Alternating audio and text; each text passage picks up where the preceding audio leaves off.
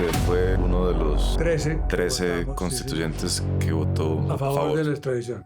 A mí me llegó una carta que todavía tengo guardada, una carta que venía por correo aéreo de Medellín, y la carta decía palabras más, palabras menos, doctor Juan Carlos Esguerra, Asamblea Nacional Constituyente.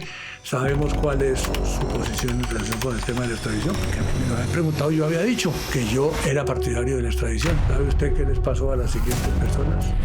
Muy valiente. Juan Carlos Esguerra es un reconocido abogado que ha sido constituyente, ministro de Defensa y embajador ante Estados Unidos durante el gobierno de Samper y ministro de Justicia en el gobierno Santos. Que en la vida de toda persona hay razones por las cuales esa persona estaría dispuesta a sacrificar su vida. Y es que normalmente uno debe hacer o dejar de hacer las cosas pensando en lo que va a ser su encuentro del día siguiente con el espejo a la hora de afeitarse.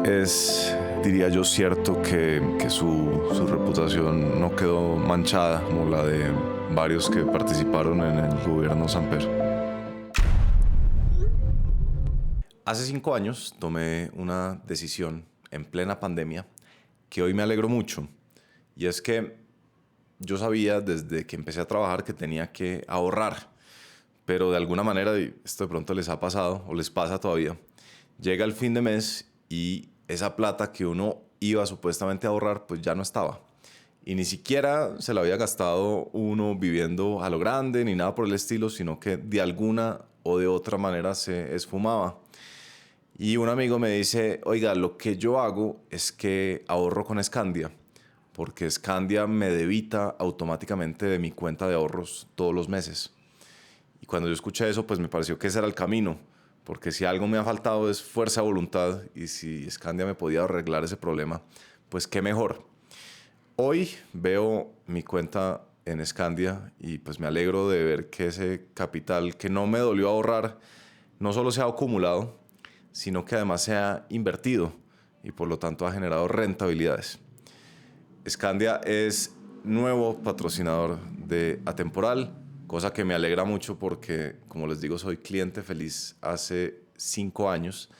Y ahora ustedes, si tienen ese problema de que no logran ahorrar, tienen muy fácil la solución con Scandia. No es sino ir a scandia.com y ahí tienen todo un proceso en el que los perfilan en su nivel de riesgo, en sus aspiraciones de ahorro, en sus intereses de inversión, y de una manera personalizada les solucionan ese gran problema que se llama futuro financiero.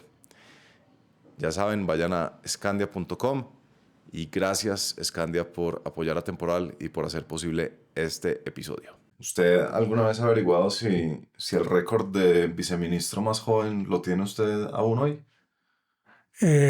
No he averiguado. Además, tampoco estoy seguro de que así sea, pero sí estoy entre los más jóvenes, sin duda. ¿Cuántos años tenía usted cuando llegó a viceministro? Ya le voy a decir. 26 años. 26 años, viceministro de Comunicaciones. Así es. No he tenido aquí en el podcast a muchos funcionarios del gobierno López. Es tremendo. ¿Cómo llegó usted a ese cargo? Bueno, llegué, digamos, viniendo de abajo porque primero fui secretario general del Ministerio de Comunicaciones. Y llegué a la Secretaría General del Ministerio de Comunicaciones porque el recién nombrado ministro, que era Jaime García Parra, había nombrado de viceministra a Sara Ordóñez, a quien yo conocía desde la universidad, una de las mujeres más destacadas que he conocido y más inteligentes que he conocido. Pero fue superintendente bancaria durante la crisis. ¿Cómo no? Y cuando, como le digo, la nombraron a ella viceministra, ella me recomendó, porque había trabajado en el Consejo de Estado, siendo estudiante de últimos años, y entonces había hecho una pequeña escuela, digamos, de Derecho Administrativo. Y estaban buscando a alguien que supiera Derecho Administrativo porque querían hacer una reforma administrativa del Ministerio de Comunicaciones. Entonces Jaime García me llamó, me ofreció la Secretaría General y ahí fui. Y entonces al cabo de 1 año y pico cambiaron de ministro, nombraron a Fernando Gaviria, que venía de Washington. Y Él, quizá sugerido por López, no lo sé, porque yo había conocido a López mientras la Secretaría General, porque en un momento determinado tuvieron que viajar Jaime García a algo y Sara Ordóñez a algo distinto, y entonces había que encargar a alguien del ministerio. Entonces ellos dijeron, pues encarguemos a Esguerra, y entonces me encargaron del ministerio. Yo tenía 25 años. No diga. Sí, y cuando llegué a una reunión, no me acuerdo de qué era ni dónde era, pero era fuera de Bogotá, en una finca, pero no me acuerdo si era en Hato Grande, no estoy seguro. Entonces ahí me conoció López y me dijo, ¿cómo está el joven señor ministro? Y entonces luego cuando llegó Gaviria, supongo que él le dijo, nómbrelo de viceministro, porque él ya conoce el ministerio y lleva un tiempo acá. Gaviria venía de Washington. Entonces, una larga historia para explicarle qué me llevó al viceministerio. Tremendo, tremendo. Si le puedo pedir un favor, Señor. No porque la mesa sea un bien demasiado preciado, sino porque el sonido como que se le... Muy bien. Entonces, si pueden no pegarle demasiado. Muy bien. Solo cuando sea un énfasis absolutamente de rigor, Muy como bien. dicen los abogados. Muy bien. Entonces, arranca usted... ¿Usted había arrancado en el Consejo de Estado? ¿Qué había hecho allá? ¿Patinar? Sí, había trabajado en una fiscalía, como se llamaban entonces las agencias del Ministerio Público ante el Consejo de Estado, y había como una tradición en una fiscalía cuyo fiscal era Osvaldo Abello, que nombraba estudiantes de últimos años de Derecho. Había nombrado a Susana Montes, había nombrado a otra, que no recuerdo cómo se llamaba, que me antecedió, y en un momento determinado me ofrecieron esa posibilidad. Yo trabajaba de mensajero jurídico en una oficina de abogados, que fue mi segundo puesto, porque el primer puesto fue en un juzgado. Fue un puesto que yo quise trabajar estando ya en segundo de Derecho y dije, quiero ganarme una plata. Y le dije a mi papá, ayúdame a conseguir un puesto. Me dijo, yo te consigo un puesto, pero con ciertas características. Voy a llevarte donde un juez amigo mío. Me llevó donde el juez amigo de él y le dijo, aquí le traigo a este alepruz de abogado para que me haga el favor de darle un puesto, pero tiene que ser un puesto ad honorem. Yo dije, esta vaina. Ese no era el objetivo. Y me dijo, porque tú no le puedes quitar el puesto a nadie que lo necesite. Entonces fui sustanciador supernumerario en ese juzgado. De ahí pasé a ser mensajero jurídico en una oficina de abogados y de ahí vino lo del Consejo de Estado. Ok. Ya. Y estuve 2 años en lo del Consejo de Estado. Sí. Le preguntaba sobre todo porque es interesante cuando uno mira su vida pública. Ha estado, por supuesto, más ligada a la rama ejecutiva que a la rama judicial. A pesar de que, me refiero a la vida pública, por supuesto, a pesar de que usted es hijo de juez y de que empezó en el Consejo de Estado. Sí, pero yo no diría a pesar de ser hijo de juez, sino precisamente por ser hijo de juez no se pudo. Porque como mi papá estaba de magistrado de la Corte Suprema de Justicia, yo no podía ser juez en ningún sitio del país, pues, estando él ahí. Entonces eso me cerraba las puertas del Poder Judicial. Lo del Consejo de Estado fue porque era una dependencia de la Procuraduría ante el Consejo de Estado. Entonces no era parte de la rama judicial del Poder Público. ¿Esa era una inhabilidad legal?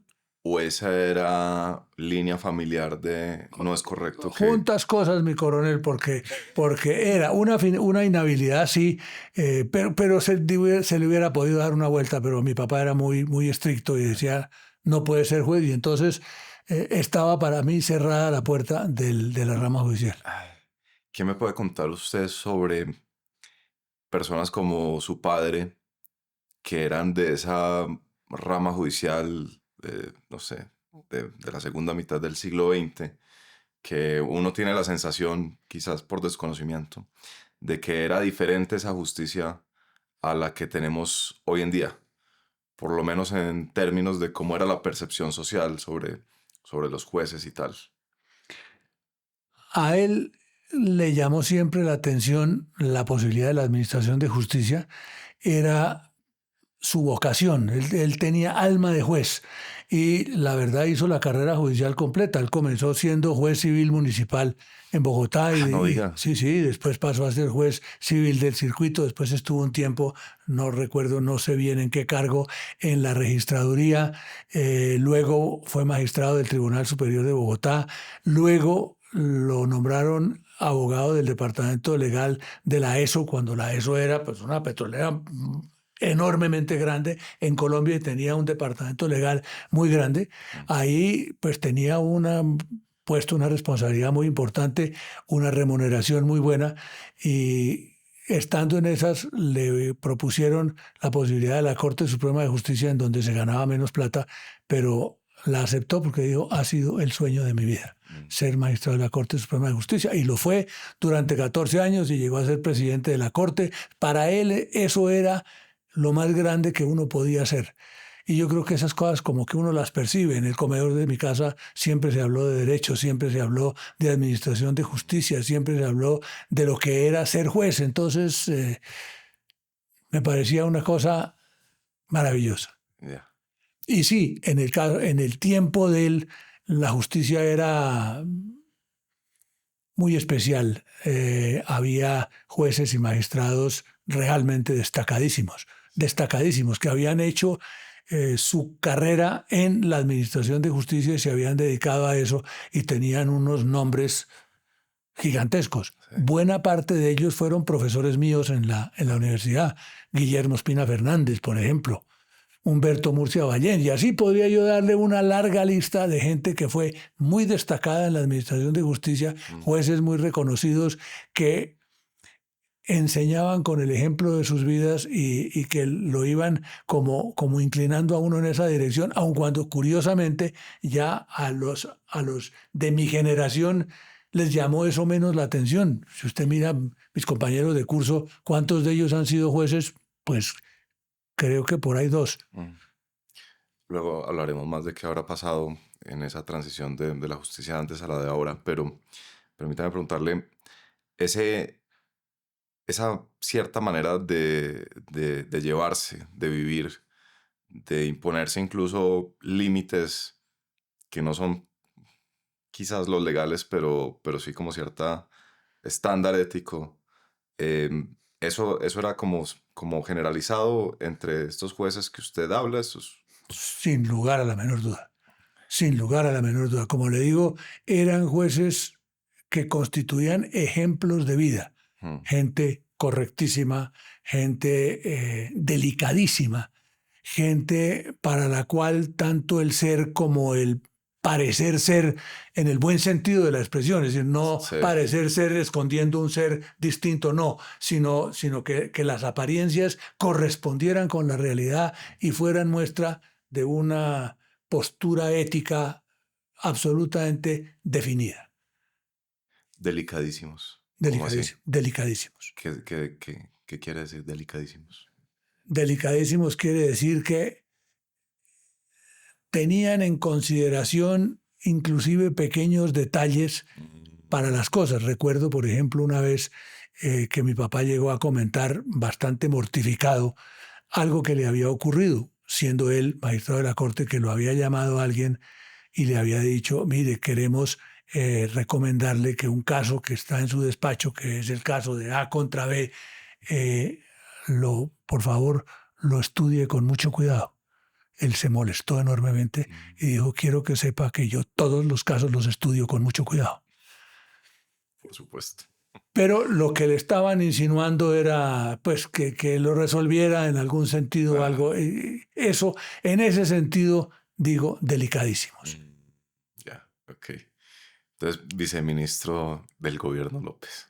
Así es. ¿Qué pasaba? Yo no sé mucho sobre esa época de Colombia ni ese gobierno.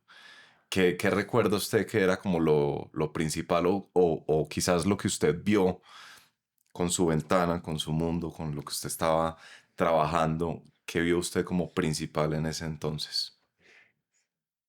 Ocurrió una cosa muy interesante, y es que el comienzo del gobierno López estuvo marcado por el estreno de la figura de la emergencia económica, que había introducido la reforma constitucional del año 68, pero que nunca se había estrenado, no había habido oportunidad. Y López llegó y decretó una emergencia económica y dijo: es que esto viene siendo manejado como una, comillas, Disneylandia financiera. Cierro comillas. Hay que tomar unas medidas especialísimas y entonces fue el decreto de la emergencia económica y todas las medidas de la emergencia económica. Y durante los primeros meses, naturalmente, había no solo la novedad de esas medidas, del estreno de esa figura, sino de qué iba a decir la Corte Suprema de Justicia, que era la que entonces pues, juzgaba esos asuntos sobre los decretos, el de la emergencia y los que la habían desarrollado. Entonces, la primera parte del gobierno, los primeros, casi que el primer año de gobierno, giró alrededor de eso y eso se sentía en todas las dependencias del gobierno, Claro. en el Ministerio de Comunicaciones incluso también. Y además, pues por otro lado, Jaime García quería hacer y sacó adelante una reforma administrativa del ministerio, un nuevo estatuto de radiodifusión, unas nuevas medidas cambiando cosas de la forma como venían ocurriendo. Así como usted llegó al Ministerio de Comunicaciones, podría haber llegado al de Salud o a cualquier otro, ¿no? ¿No Sin tenía usted duda. una afición particular por las comunicaciones, o sí? No, no tenía ninguna afición particular por las comunicaciones. Incluso cuando a él lo nombraron, a Jaime García Parra, ministro de Minas, quiso llevarme de secretario general al Ministerio de Minas, con el que tampoco tenía yo nada que ver.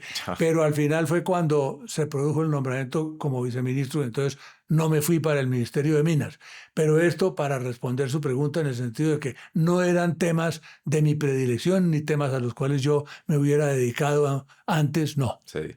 Pero para usted haber sido viceministro tan joven y ministro encargado tan joven, fue, digamos, le cambió su percepción sobre cómo se estaba desarrollando su vida profesional. Fue como una cosa inesperada que usted dijera, oiga, esto, ¿quién se iba a imaginar esto? Y se me abre ahora un abanico de... Cierto, cierto porque era una cosa distinta de lo que yo había imaginado tradicionalmente. Yo a lo largo de la carrera, sobre todo de los últimos años de la carrera, había imaginado mi vida dedicada a dos sueños que tenía. Uno, ser profesor de Derecho y dos, ejercer la profesión de abogado. Claro. Y resulta que en ese momento estaba comenzando y pues, aun cuando la cátedra sí ya había arrancado, porque yo empecé a dictar clases, me nombró el padre Giraldo, el célebre padre Giraldo, me nombró recién regresado yo de los Estados Unidos de hacer mi maestría. Entonces, esa parte ya la había logrado. Sí. La del ejercicio profesional, pues no, porque se atravesaron estas coyunturas interesantísimas, grandes experiencias, enriquecedoras sin duda, pero distintas de lo que yo me había imaginado. Usted estaba que se ejercía. Sí. Y eso explica el hecho de que a partir del gobierno López, usted, a menos que yo me equivoque, no vuelve a figurar de una manera muy visible en la vida pública hasta la Constitución. Así es.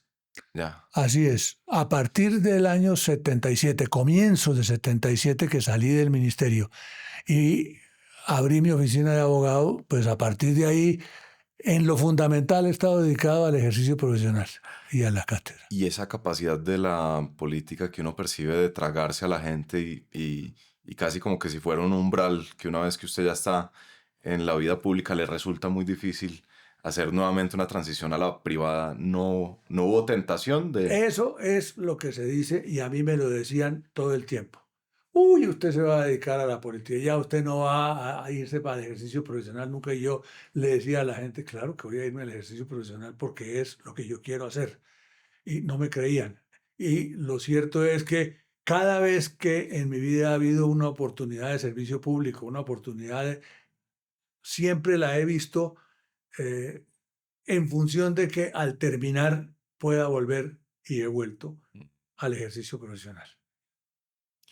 Y no tuvo, cuando salió de viceministro y montó su oficina de abogados, no tenía una oferta en ese sentido, en la vida pública. Algunas en la vida pública en ese momento no. Ya.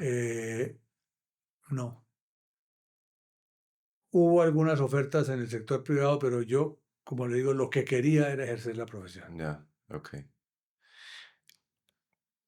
Si quieres, saltemos ese periodo y acerquémonos a la década de los 90, que me interesa mucho. ¿Hay algunos hechos para usted de gran importancia en los 80 que ayuden a entender lo que sucedió luego en los 90, en los que usted sí que estuvo metido en la vida pública de este país? ¿Hay algo en los 80 que usted quisiera o que ayudaría a entender un poco de dónde veníamos y por qué los 90 fueron como fueron? Algo en los 80 en mi vida, no, porque la vida mía en los 80 se desarrolló en esas dos actividades combinadas. Sí, Yo estaba concentrado, es una palabra, y consumido es otra palabra. Las dos juegan en el sí, ejercicio profesional y en la cátedra universitaria. sí. Dictaba clases en la Javeriana, luego me nombraron profesor en el Rosario, luego me nombraron profesor también en el Externado, dicté clases en los Andes. Para mí eso era importantísimo y era mi mundo. Sí. Entonces no había pensado en ningún servicio público nuevo en aquel entonces. Y en la vida nacional, digamos, en usted, pues también como conocedor de la historia reciente del país, cosas que hayan sucedido en los 80, que hayan tenido efectos luego y que ayuden a explicar esa década de los 90.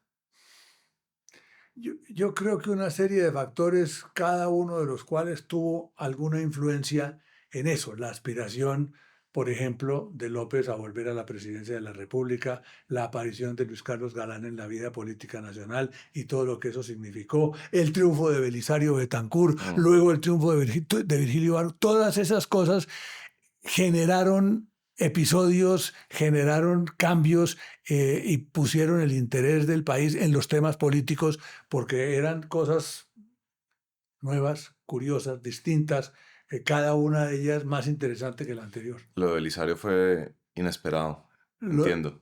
inesperado porque obedeció, como generalmente obedecen los cambios obedecían los cambios de partido político en el gobierno al hecho de que el partido político que estaba en el poder se dividía para las elecciones y entonces el Partido Liberal, que habría ganado las elecciones en el año 82, pues resulta que las perdió porque se dividió entre López por un lado y Galán por el otro, y naturalmente eso le abrió la puerta a Belisario y todo lo que significó la llegada de Belisario al poder. Ya. Sucedió, obviamente, durante el gobierno de Betancur, la toma del Palacio de Justicia. Em, Sucedió también en toda esa segunda mitad de los 80s, tantos asesinatos a jueces de parte del narcotráfico. Y es realmente impresionante. Yo no sé cuántos jueces, no conozco las estadísticas de cuántos jueces terminaron asesinados en esa década, pero casi que me da la impresión que quedó opacado o que no se le ha dado suficiente relevancia a la absoluta masacre de la justicia en esa década. El horror del narcotráfico, el narcotráfico queriendo apoderarse del país y enseñorear en el país, y lo bonito que puede uno destacar de eso en medio de los horrores que vivimos, una rama judicial que en general se levanta contra eso y resuelve ponerle el pecho al problema, y un periodismo que acompaña a la rama judicial. Por supuesto, hubo también casos de jueces a quienes lograron conquistar los narcotraficantes, lograron convencer de que no hicieran lo que hicieron. Sí, el episodio cumbre fue lo del Palacio de Justicia, con todo lo que eso significó respecto de la Corte Suprema de Justicia. No fue una toma guerrillera exclusivamente, como se pretende hacer ver. Es perfectamente claro que esa era una toma, sí guerrillera, pero también por el narcotráfico, sin lugar a la menor duda. De otra manera, uno nos explica algo que es evidentísimo, y es que los magistrados muertos eran en general magistrados de la Sala Penal y de la Sala Constitucional, que eran los que tenían en sus manos el manejo o bien de los expedientes particulares contra determinados narcotraficantes o bien los temas relacionados con si el tratado de extradición sí o si el tratado, mejor dicho, si la ley aprobatoria del tratado de extradición sí o si la ley aprobatoria del tratado de extradición no. Entonces, eso me parece que fue un momento terrible, pero al mismo tiempo grande. Su padre en ese momento no estaba en la Corte Suprema de Justicia. Cuando lo del Palacio de Justicia, no, mi papá se retiró de la Corte en el año 84, a finales del 84, es decir, Antes. un año antes de que esto ocurriera. Sí, él estuvo 14 años en la Corte y se retiró porque llegó a la edad de retiro forzoso y claro. hubo de retirarse. ¿Y qué recuerda usted de cómo observó usted ese momento tan difícil? No particularmente lo del Palacio, pero esa azonada contra la rama judicial. Quizás no es la palabra correcta, pero... Aterradora y además, en mi caso particular, impactante, porque por supuesto los magistrados muertos, prácticamente todos habían sido compañeros de trabajo de mi papá. Yo los había visto en la casa o en reuniones de una índole o de la otra. Era gente muy cercana a nosotros. No eran allá los magistrados, sino gente, amigos. Sí, es realmente, pues mucho de la historia colombiana es inverosímil.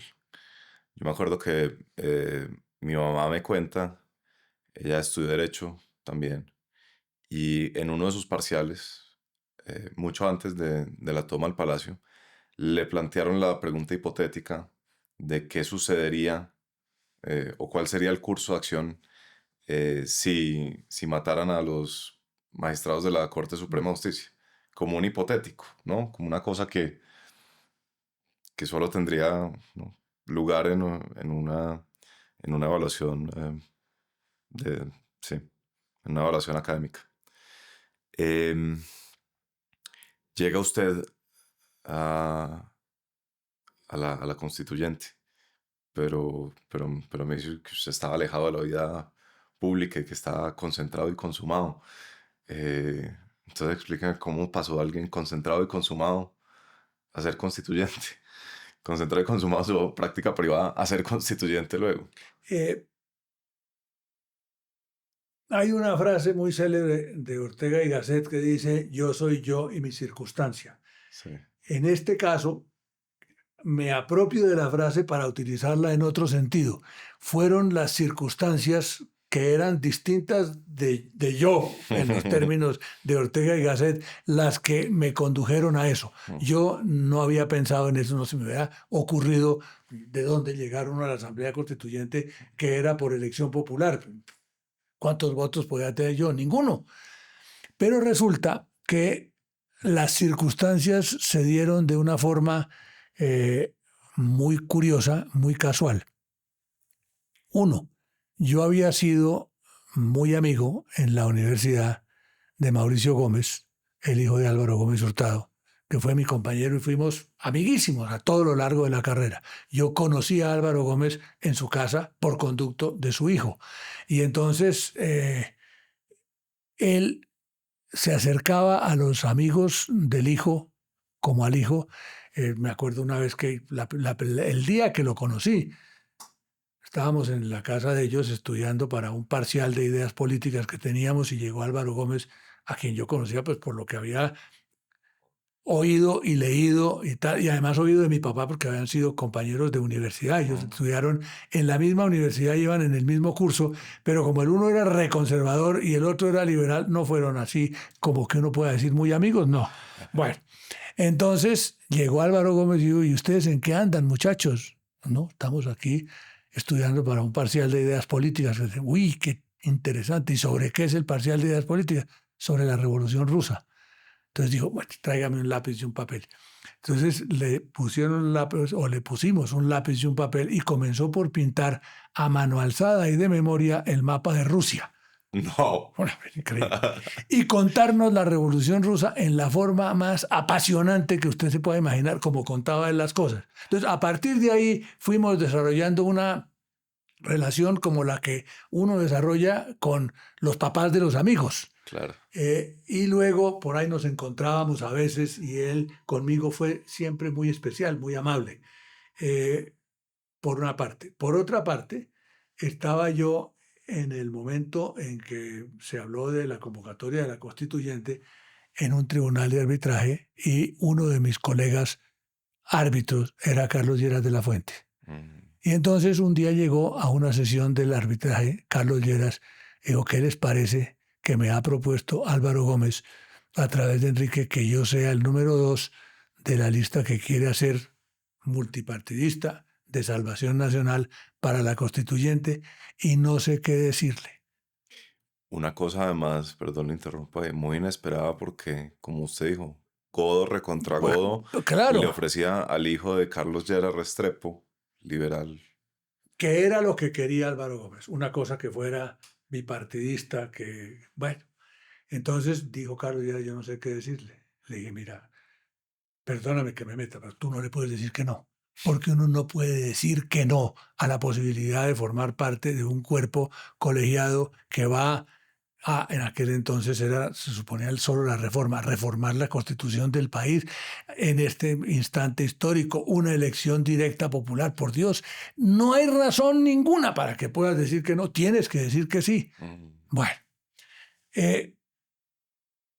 y entonces dijo que sí Carlos Lleras. Pues no por lo que yo le dije, pero en todo caso terminó diciendo que sí aceptaba.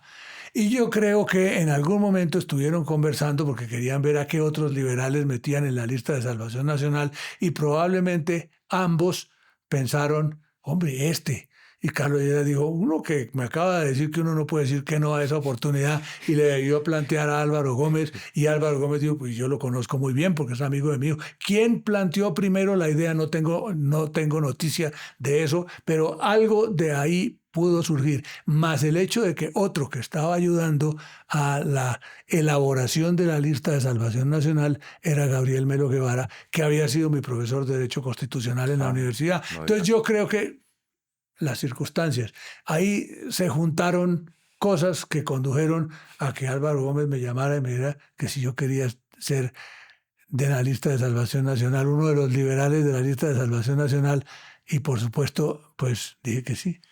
No, pues además porque usted ya a alguien más le había dicho, usted no puede decir que no. Exactamente. Exactamente. Le quedaba muy difícil. Usted, Juan Carlos, ya había sido profesor de constitucional para ese momento. Sí, yo primero había dictado Derecho Administrativo y luego había dictado un seminario de Derecho Constitucional Económico que dicté durante varios años y había estado muy metido en los temas constitucionales, sí. Ya. Déjeme, le planteo una pregunta que, a pesar de que la he hecho varias veces en este podcast a personas que tuvieron que ver con la Constitución del 91, siempre que vuelvo a repasar los temas, me surge nuevamente. El Estado colombiano estaba frágil y vulnerable frente al narcoterrorismo de Pablo Escobar y de los demás narcotraficantes. No tenía dientes para enfrentar ese problema, ni para defender a la gente, ni para evitar los bombazos, ni para evitar que mataran jueces, funcionarios y civiles. En esa dimensión de la capacidad de punitiva o de acción policial o militar del Estado, ¿cómo era? ¿Por qué la Constitución, por qué la reforma de la Constitución era necesaria en ese sentido? En el sentido de tenemos un Estado que no puede confrontar el problema de orden público. Quizá la palabra precisa no sea la palabra necesaria. Yo no creo que lo fuera. Conveniente sí, pero además se dieron una serie de cosas que confluyeron en la importancia y la conveniencia de la Asamblea Constituyente, la forma como quedó, como se convocó, la forma como quedó integrada, la forma como empezó a trabajar. Coincidieron un montón de elementos favorables. Mi mamá probablemente habría dicho cosas de mi Dios, mijo. Bueno, pues eso, es decir, se dieron y coincidieron factores que resultaron muy importantes para eso. Y usted decía, el país no tenía dientes. Yo creo que sí los tenía, no los había mostrado, no los había sacado, pero tenía conciencia de tenerlos y el país estaba herido y resolvió levantarse contra eso. Ahora, también levantarse contra cosas, contra prácticas políticas, contra instituciones políticas. Se quería que la democracia fuera más participativa, se quería ahondar en el tema de la separación de poderes, por supuesto, ir acabando de superar lo que había sido el Frente Nacional, que en mi opinión fue muy positivo y muy favorable, pero ya era hora de acabar de superarlo, de acabar de erradicarlo y que se volviera a lo que teníamos que ir. Entonces, me parece que se dieron las cosas de esa forma. Sí, totalmente de acuerdo en cuanto a la multiplicidad de factores, pero déjeme insistirle en el asunto del orden público. Una de las marchas de los estudiantes en el marco del proceso de la séptima papeleta, entiendo fue ni siquiera a propósito del asesinato de Galán, sino de un magistrado cuyo nombre olvido que era profesor en el externado. Y eso desató una marcha. Luego...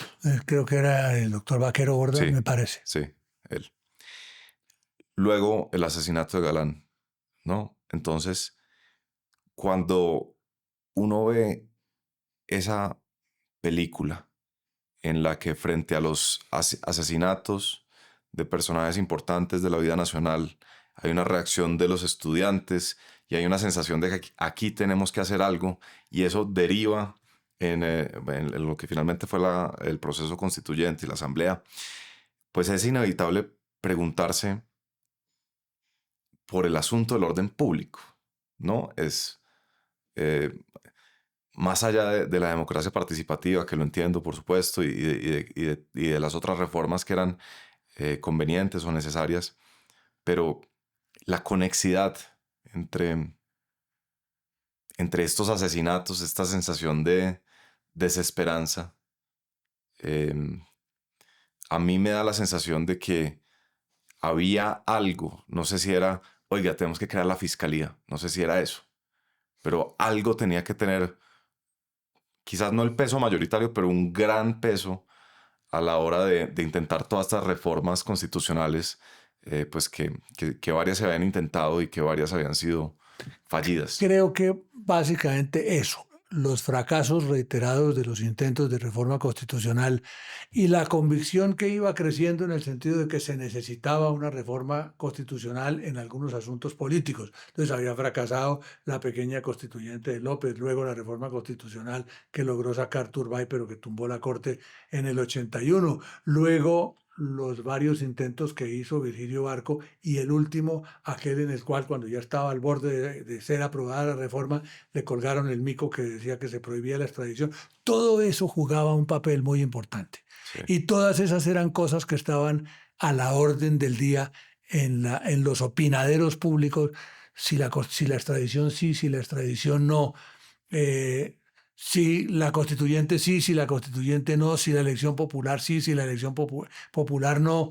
En fin, todas esas cosas se juntaron y por supuesto la situación de orden público que era sumamente delicada, los cuestionamientos que había en torno de el papel que había jugado en todas esas cosas la policía, unas veces respaldando integralmente la institucionalidad y el Estado de Derecho, y otras veces, como daba la impresión al menos, plegándose a todo aquello malo que estaba ocurriendo y por lo menos siendo tolerante con eso. Yo creo que es esa suma de factores la que lleva finalmente a la Asamblea.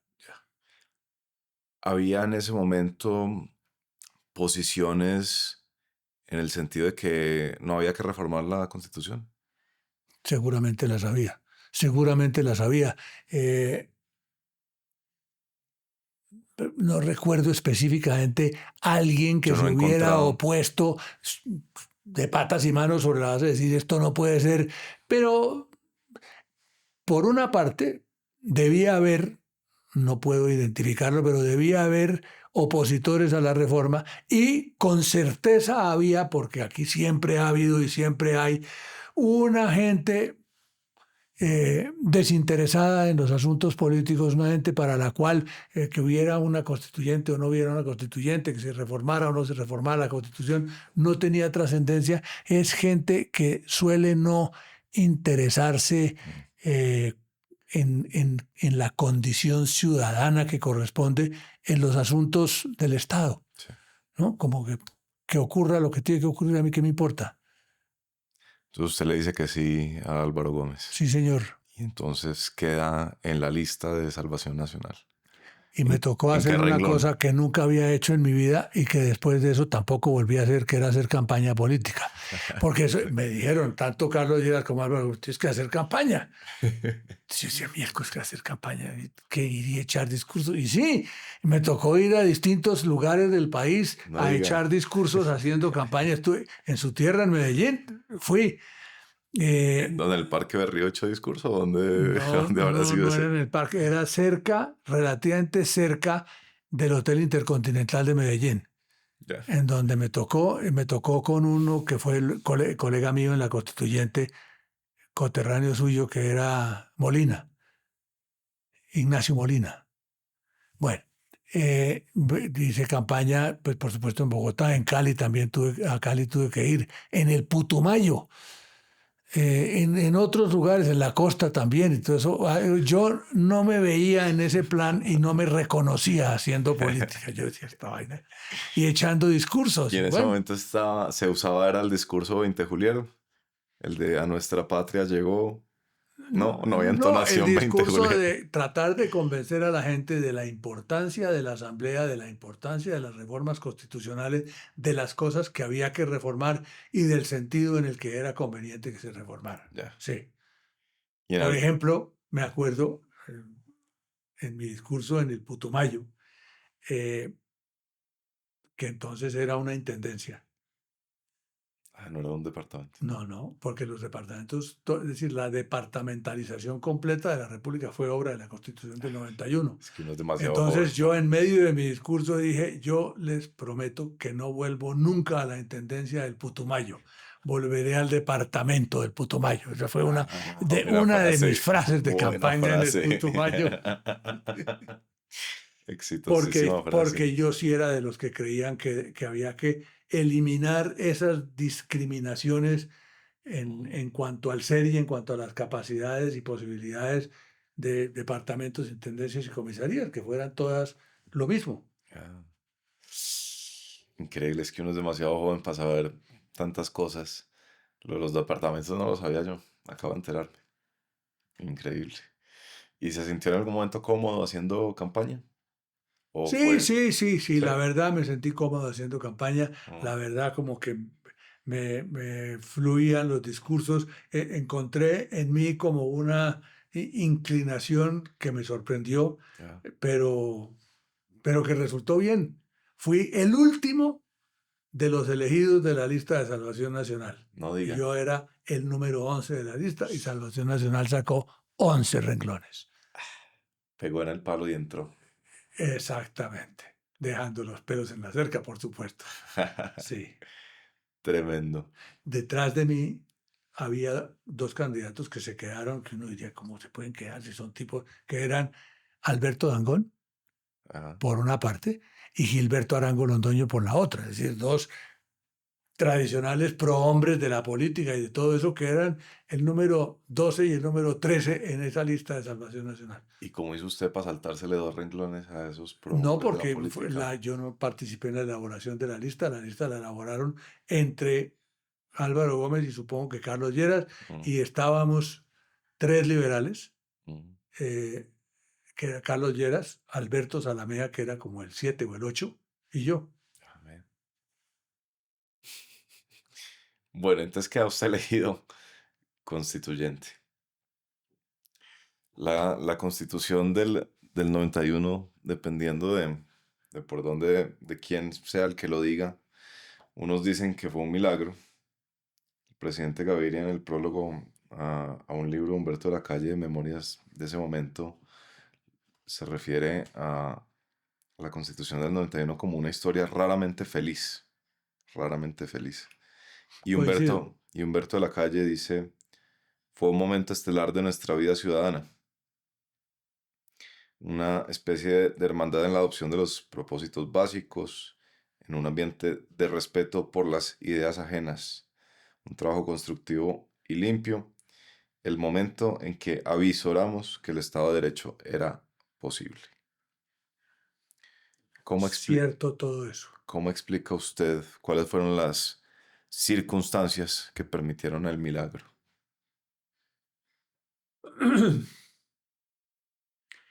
Yo tengo algunas teorías, hay otras que probablemente no tienen explicación. Yo recuerdo el primer día de la Asamblea, 4 de febrero de 1991,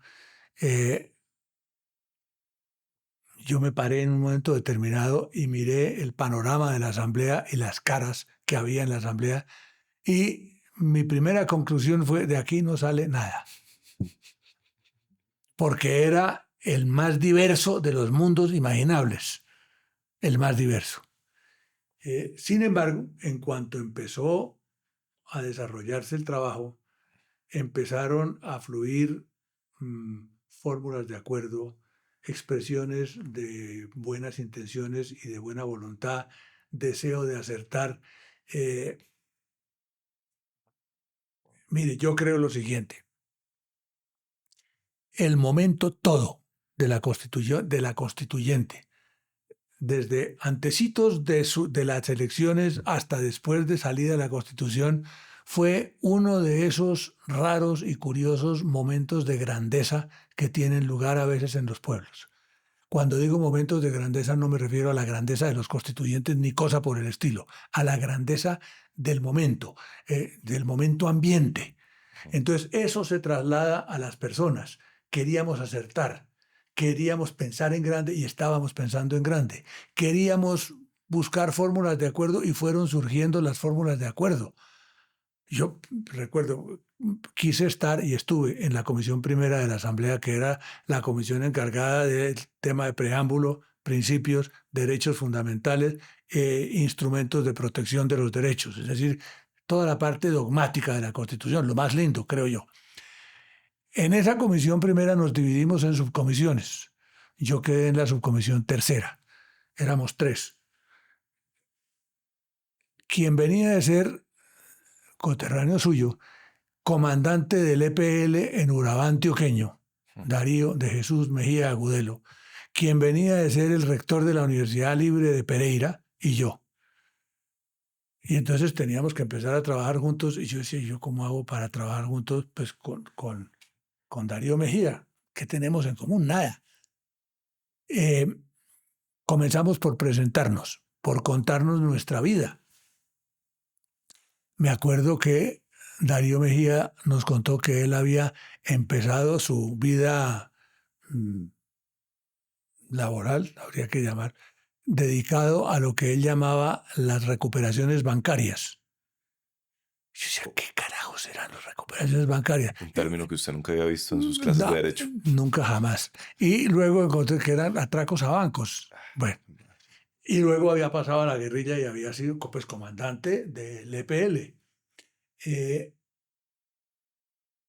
Yo dije, ¿cómo nos vamos a poner de acuerdo? Pero lo cierto es que un día él llevó de visita a su señora y a sus hijas, que eran unas niñitas chiquitas, más o menos de la edad de mis hijos. Y entonces nos las presentó, se había traído de Medellín y que fueran a la Constituyente a ver en qué estaba trabajando el papá, etc. Y empezamos a hablar de los hijos y de lo que nos significaban los hijos, que eran, les repito, los de él de la misma edad de los míos. Y de esa conversación surgió la cantidad de acuerdos que había entre él y yo en materia de los sueños que teníamos cada uno de los dos respecto del país para nuestros hijos. Entonces, todo lo que nos diferenciaba resultaba opacado por todo lo que nos unía y por el hecho de que nos unían muchas más cosas de las que jamás nos habíamos imaginado. Y eso, yo diría, se trasladó a toda la asamblea.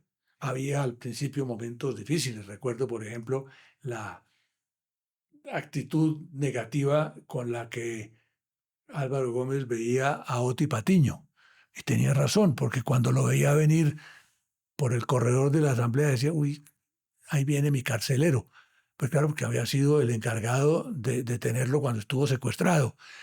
También se miraban con caras de bastante recelo Álvaro Gómez y Misael Pastrana por otra serie de razones. En fin, había muchas circunstancias que dividían, pero fueron apareciendo y creciendo aquellas que nos unían. La sensación, la idea de que estábamos en un momento muy especial, en una oportunidad muy especial, en un sitio absolutamente privilegiado y que teníamos una misión que cumplir a la que no podíamos ser inferiores. Y entonces yo creo que eso formó parte de ese sentimiento de grandeza nacional que se trasladó al interior de la constituyente y fue propiciando los consensos y los acuerdos. Por otro lado, me parece que hubo una circunstancia que fue favorabilísima, que fue la idea que tuvo Antonio Navarro en el sentido de proponer la presidencia tripartita de la Asamblea, que determinó que, a diferencia de lo que habían sido todos nuestros cuerpos constituyentes, que eran cuerpos constituyentes de los que alguien se apropiaba, o el Partido Liberal o el Partido Conservador o lo que fuera, aquí la constituyente no tuvo dueño. Y no tuvo dueño porque quedaron pues tres presidentes que representaban tres posiciones ideológicas y tres posiciones políticas distintísimas. Y entonces eso también ayudó a ir fomentando el consenso y las prácticas que ellos adoptaban cuando se iba a discutir un proyecto y se veía que en relación con ese proyecto había posturas muy enfrentadas. Lo que generalmente hacían era integrar lo que llamaban comisiones accidentales, en las cuales nombraban a un representante de los que eran partidarios de negro, a los representantes de los que eran partidarios de blanco y a algunos otros que lo fueran de grises, y les decían, busquen ponerse de acuerdo. Y eso condujo a que en general la Constitución, casi toda, hubiera sido hija de consensos que se lograron de esa y otras maneras. Usted mira, por ejemplo, el resultado de las votaciones. El artículo tal, 54 votos a favor, 61 votos a favor, 41, pero ¿cómo puede ser?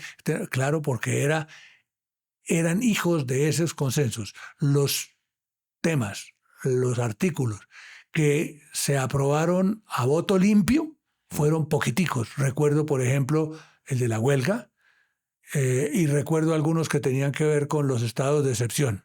Pero de resto, prácticamente todo fue hijo del consenso que surgió de ese ambiente que además tuvo, creo, una expresión elevada muy linda. La noche que terminamos nuestra tarea, el 3 de julio a las, no sé, 11:30 de la noche o cosa por el estilo, que ya pusimos punto final a la tarea, lo que nos surgió del alma, quién lo pidió, no sé, pero casi que todo eso también por consenso, que por favor les pedimos a los de sonido de la Asamblea, pónganos el himno nacional. Y lo cantamos todos en coro y terminamos abrazándonos los guerrilleros con los expresidentes, con los exministros, los conocedores de la Constitución con los que sabían menos de derecho constitucional. Me acuerdo de otras cosas que tenían que ver. La crítica que solía hacerse a la Asamblea por quienes decían, por Dios, ¿qué puede salir de ahí si los constitucionalistas que hay en la Asamblea son muy pocos? Y le oí a alguien una frase que para mí fue una enorme enseñanza. Decía, es que esa no es la visión que hay que tener. Las constituyentes las hacen, las constituciones las hacen los constituyentes. Los constitucionalistas vienen después. Y sí, entonces eso era. Y eso fue.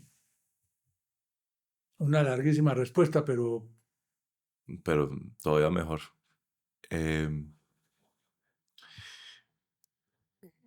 El tiempo que había para sacar la Constitución era corto. 5 meses. 5 meses. Muy corto. Eh, ¿De qué manera ese límite contribuyó?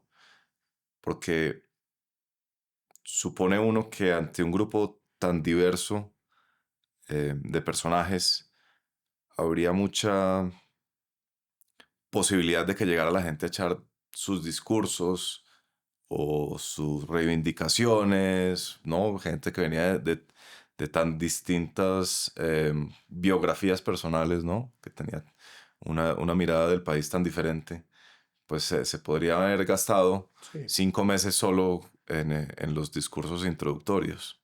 Nos adaptamos a eso.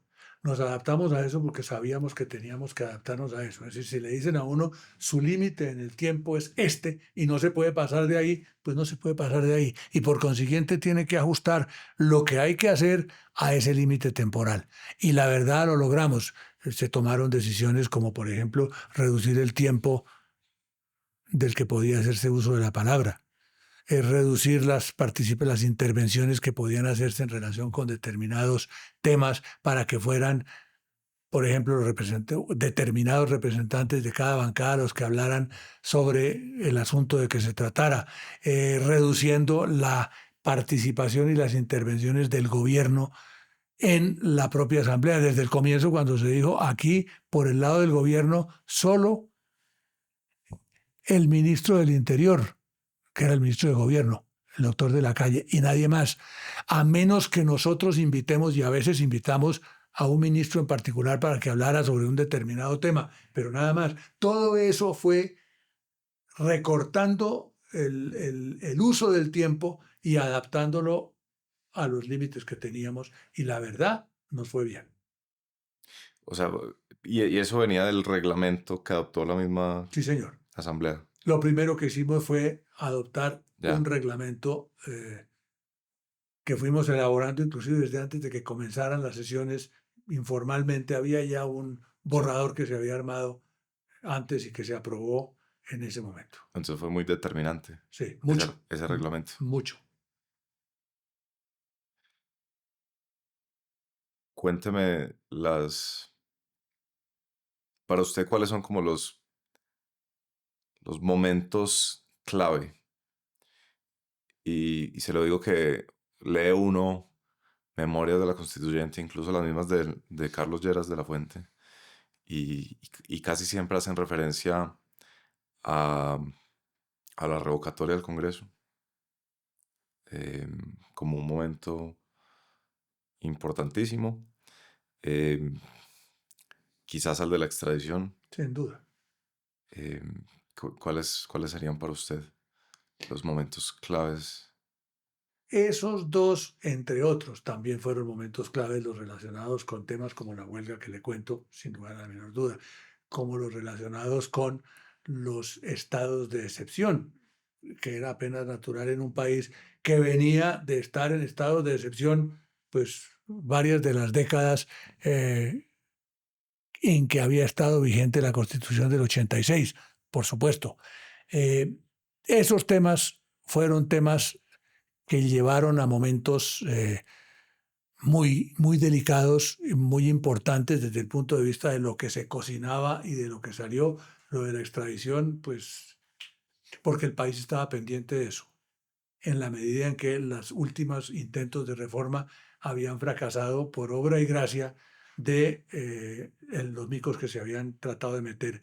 Yo recuerdo que uno, comenzando la asamblea, cuando a uno lo iba a entrevistar a un periodista, lo primero que le preguntaban era: ¿y cuál es su postura en relación con el tema de la extradición? Y además hubo, pues,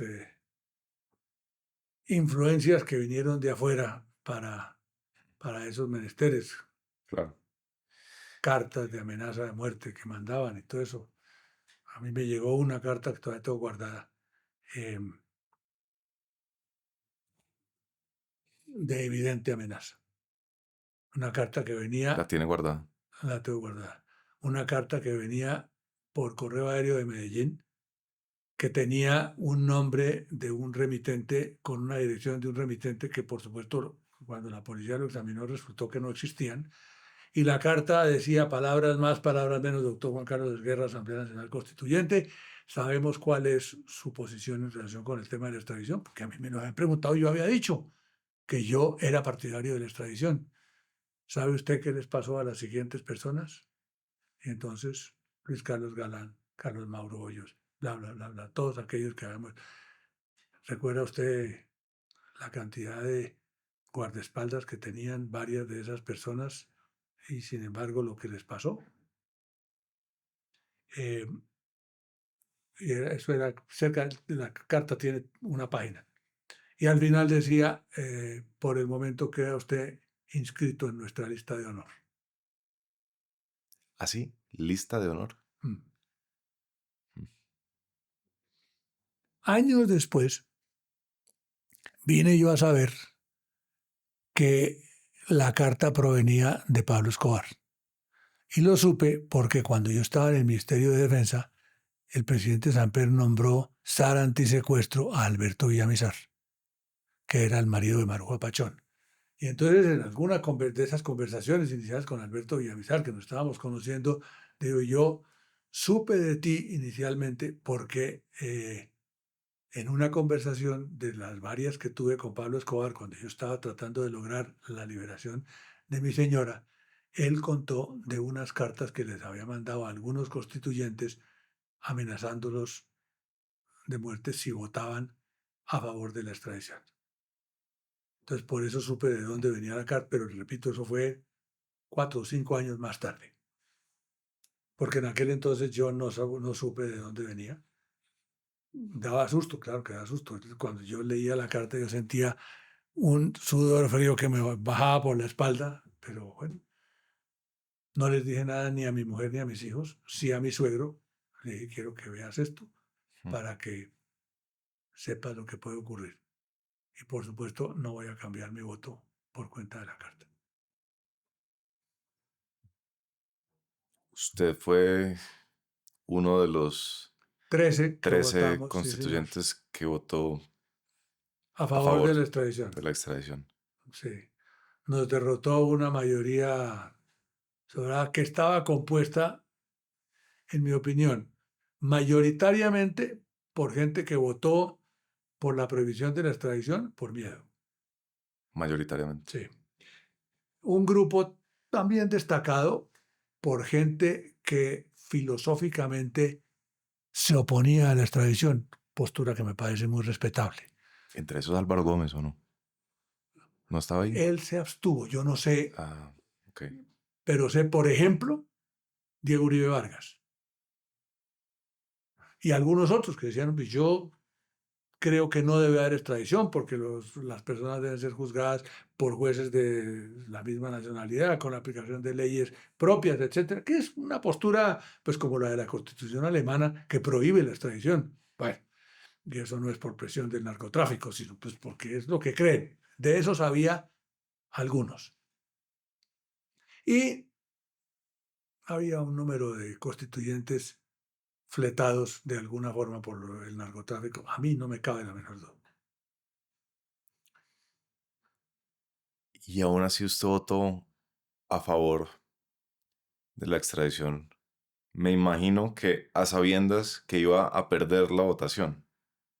Sí, era claro que la íbamos a perder, no me importó. Porque yo creo que uno debe votar en conciencia. Y mi conciencia no me habría perdonado votar de otra forma en relación con ese tema, porque yo soy partidario de la extradición. Yo creo que es buena la extradición, porque si se trata de enfrentar un crimen transnacional, pues debe haber armas o instrumentos transnacionales para enfrentarlo y no cada niño con su boleta. Sobre todo cuando, como entre nosotros, pues el niño con la boleta estaba enfrentando las dificultades que estaba enfrentando, que usted mencionó, las amenazas que había a los jueces que habían matado, los periodistas que habían matado, todas las cosas que habían ocurrido. Déjeme leer sobre una votación, no esa, sino anterior a esa. Una votación en el Congreso durante la reforma de Barco a la Constitución, que ya dijimos que al final le colgaron un mico y finalmente el ministro de gobierno Carlos Lemos Simons la retiró. Pero antes de eso hubo Y el ministro de Justicia también, que era, si yo no recuerdo mal, Roberto Salazar. Antes de eso hubo una votación en el Congreso y estaban también en medio de amenazas del narcotráfico, porque era una votación que iba a determinar si había o no extradición. Y estando en el Congreso, a punto de iniciar la votación, empezó a circular rumores de que había un camión bomba en la Plaza de Bolívar, que nunca fueron confirmados. Y esto dice Humberto Lacalle en su libro de Memorias de la Constitución, pero repito, esto fue previo a la Constitución. Y dice, transcurrida la votación sobre la iniciativa, solo hubo 7 votos a favor de tumbar el referendo, Un elemento determinante para este resultado fue el electrizante discurso de Gustavo Balcázar Monzón. Dijo que su vida estaba ya cubierta de honores y que él no tendría problema en ofrendarla en esta lucha. El auditorio se galvanizó y ni siquiera se dejó amilanar por el anuncio, nunca confirmado, de que las autoridades habían hallado un camión bomba en la Plaza de Bolívar. Al ingresar de nuevo al recinto en la plenaria, la tensión era inocultable. Varias veces timbró el teléfono a la presidencia con amenazas anónimas contra la vida de Giraldo Hurtado, pero existía la convicción de que el referendo no pasaría. Yo creo que para la gente es muy, para la gente pues, nacida después del 90 es inconcebible que hubiera en ese país de antes ese grado de convicción y de jugarse la vida en una situación de estas. Casi que uno hoy en día cree que el instinto de supervivencia individualista es muy superior a cualquier noción. Sí, es cierto, pero también es cierto, creo yo, que en la vida de toda persona hay razones por las cuales esa persona estaría dispuesta a sacrificar su vida. Cuáles sean, pues varían del uno al otro, pero, pero fíjese, expresiones populares como aquella que dice, yo me haría matar por no sé qué. Eso quiere decir que hay cosas por las cuales uno estaría dispuesto a que, si es el caso, de que lo maten, lo matan. Por la mamá, por los hijos, pero etcétera, etcétera, etcétera. Hay, algo siempre hay. Es decir, el instinto de supervivencia existe, pero tiene unos límites que están muy adentro en la conciencia y en el fuero interno de cada persona, creo yo. Una persona que esté dispuesta a plegarse a lo que sea con tal de que le respeten su vida, no creo, pero no lo juro, pero no creo. En este caso no era usted, digamos, votó no porque creyera que con su voto iba a, a permitir la extradición luego de, por decir cualquier cosa, Pablo Escobar, sino por, dice usted, su conciencia. Sí, porque tenía esa convicción. Además, entre quienes votamos en ese sentido, en general dejamos expresa constancia de cuál había sido nuestro voto. Me acuerdo de Carlos Lemos, me acuerdo de Iván Marulanda, me acuerdo de Antonio Galán, me acuerdo de Gustavo Zafra, y una cosa linda, las mujeres de la constituyente. Me acuerdo y me resulta admirabilísimo el voto de María Mercedes Carranza y de María Teresa Garcés, que se oponían de patas y manos a la prohibición de la extradición. Entonces uno diría, si las mujeres vencen su miedo, que uno diría, pero normalmente las mujeres son las del miedo.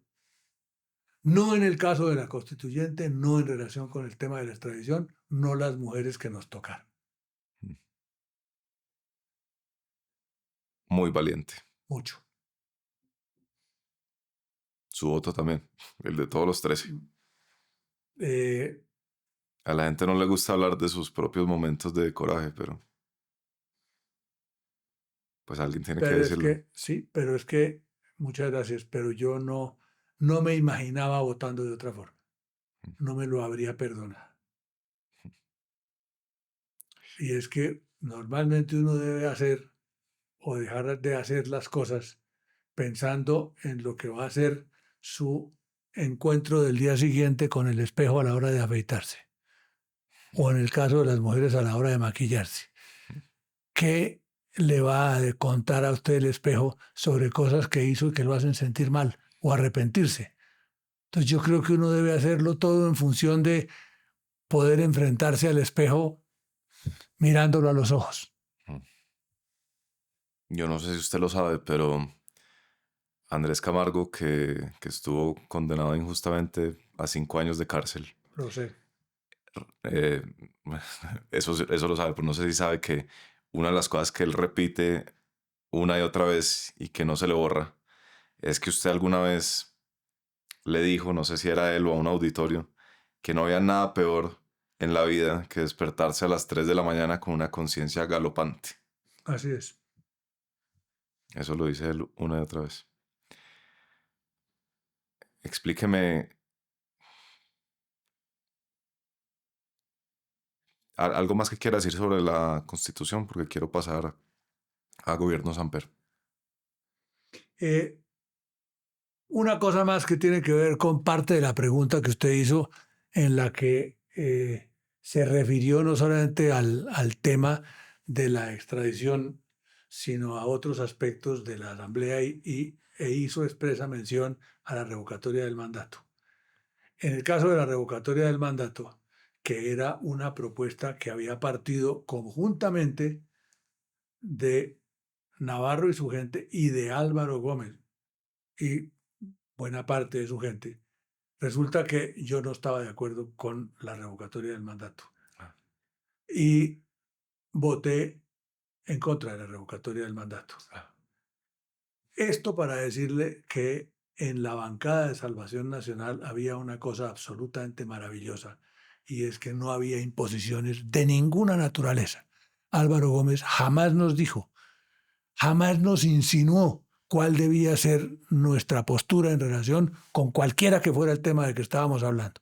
Cada uno debía votar de acuerdo con su propia conciencia.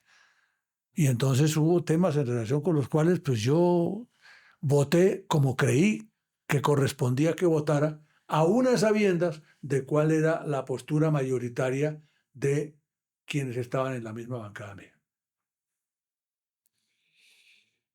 Que, Eso habla de Álvaro Gómez maravillosamente, porque nunca, digo yo, en relación con esto, cualquiera que fuera el tema, el de la revocatoria del mandato, que era un tema gordísimo, sí. en donde había que estar haciendo contabilidades para estar seguro de que se lograba la mayoría necesaria. Nunca. Yo le conté a él cuál era mi postura y le pareció perfectamente respetable aun cuando estaba en desacuerdo conmigo. ¿Y cómo terminó esa votación de la revocatoria del mandato? Con una mayoría a favor de la revocatoria, pero no una mayoría que uno dijera que era una mayoría aplastante, no. Con el condicionamiento de que luego no podían los asambleístas aspirar Exactamente, al Congreso, exactamente. que en la interpretación de Constaín en el libro sobre Álvaro Gómez Hurtado fue una de las grandes oportunidades perdidas como de cambiar la política. Así ¿Usted, es. usted está de acuerdo con eso? Pues sí, ¿qué tanto habría podido en ese momento hacer él en el nuevo Congreso? No lo sé, no lo sé. Pero sí era un sacrificio entre quienes vivían en el mundo de la política, ese de decir, yo revoco el mandato, pero no para lanzarme yo. Hábleme del próximo paso en su vida pública? Ministro de Defensa en el gobierno Samper. ¿En qué contexto llega usted al Ministerio de Defensa? Contexto personal mío, yo estaba dedicado al ejercicio profesional y era en ese momento el decano de la Facultad de Derecho de la Javeriana. De manera que cero panelitas, como dicen las señoras bogotanas en materia de política, nada. El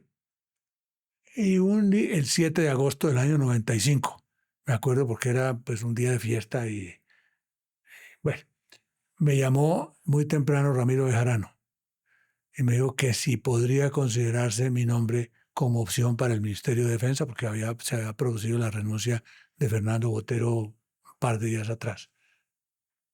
Entonces, pues es una sorpresa monumental para mí. Y yo dije, miércoles, ¿yo qué hago? Le dije, déjeme tiempo de pensarlo. Pero pues es que hay que resolverlo pronto. Entonces convinimos en que transcurriría el día pudiendo yo pensarlo y en cuanto terminara el día daría mi respuesta. Bueno. No es mucho tiempo para una decisión No, de por esas. supuesto que no. Entonces,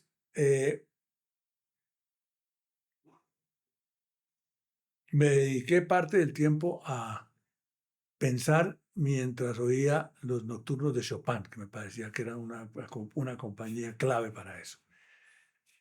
Curiosamente, luego había quedado yo de ir a almorzar al country club con mi familia. Y fuimos, y allí me encontré con dos de las personas a quienes yo más he admirado y apreciado en mi vida, que eran ambos amigos y, digamos, relativamente contemporáneos de mi papá, el doctor Fernando Inestrosa y el doctor Carlos Holguín Holguín. Entonces, yo dije, a estos dos personajes me los mandó mi papá para que yo les pida consejo. Y entonces estaban ellos en su mesa de almuerzo con su familia y yo fui donde cada uno de ellos y dije, me regalas 5 minutos, quiero contarte esto y pedirte consejo. Los dos me dijeron, usted no puede decir que no, tiene que aceptar en razón del momento, que era lo mismo que yo estaba pensando. Luego... ¿A qué se referían con tiene que aceptar dado el momento? Por el momento que se estaba viviendo en el país, que las discusiones sobre el tema de la monita retrechera, sí o no, pero sobre todo alguien que aceptara el Ministerio de Defensa y que no tuviera, digamos, cuestionamientos de ninguna naturaleza. Yo ni había participado en la campaña de Samper, ni tenía nada que ver con la campaña de Samper, nada de nada, como le digo, estaba de decano en la Facultad de Derecho, que creo que debieron ser parte de las razones por las cuales me ofrecieron el ministerio, es decir, nombrar una persona que no tenga nada que ver con nada de aquello que está cuestionándose. Y cuando Inestrosa y Holguín dicen, usted tiene que aceptar, dado el momento del país, ¿veían en su aceptación como un factor de estabilidad? Sí, Okay. Precisamente por eso, por lo que me dijeron. Okay. Buenísimo que se lo ofrezcan a alguien como tú, que no tiene cuestionamientos ni motivo para cuestionamientos de ninguna naturaleza. Entonces, luego me fui al aeropuerto a recoger a unos venezolanos que venían a una cosa que habíamos organizado varias facultades de Derecho, que eran las jornadas colombo-venezolanas de Derecho Público. Sí. O sea, usted en el corto plazo que le dieron para decidir tenía almuerzo con la familia. Y luego ir al aeropuerto a recoger mi agenda llena. heliotropos venezolanos que venían a eso. Unos tipos, Alan Brewer Carías, por ejemplo, uno de los grandes publicistas del continente. Bueno, y al final de la jornada llamé a Bejarano y le dije, acepto. Lo sometió a la consideración del gran publicista del continente. No consulté con ellos, no. No, pero sí con mi mujer y mis hijos, que estuvieron también de acuerdo. Entonces llamé y dije que sí. Y entonces luego me llamó el presidente Samper y me invitó a Palacio a que fuera a concretar pues el nombramiento. Y entonces me fui para Palacio y estuve de, no sé, 7 de la noche como a 11 de la noche. Y salí, al día siguiente los venezolanos decían, esto es una maravilla, nos fue a recibir al aeropuerto el ministro de Defensa. Cuando vieron en el periódico Claro. que bueno, que me han nombrado a mí. Pero eso fue así, esa fue la razón. ¿Quién le sugirió a Samper o de dónde le vino a él la idea? No sé. Ese encargo de como ministro de Defensa en ese momento es el más pesado que ha tenido usted en su vida, diría.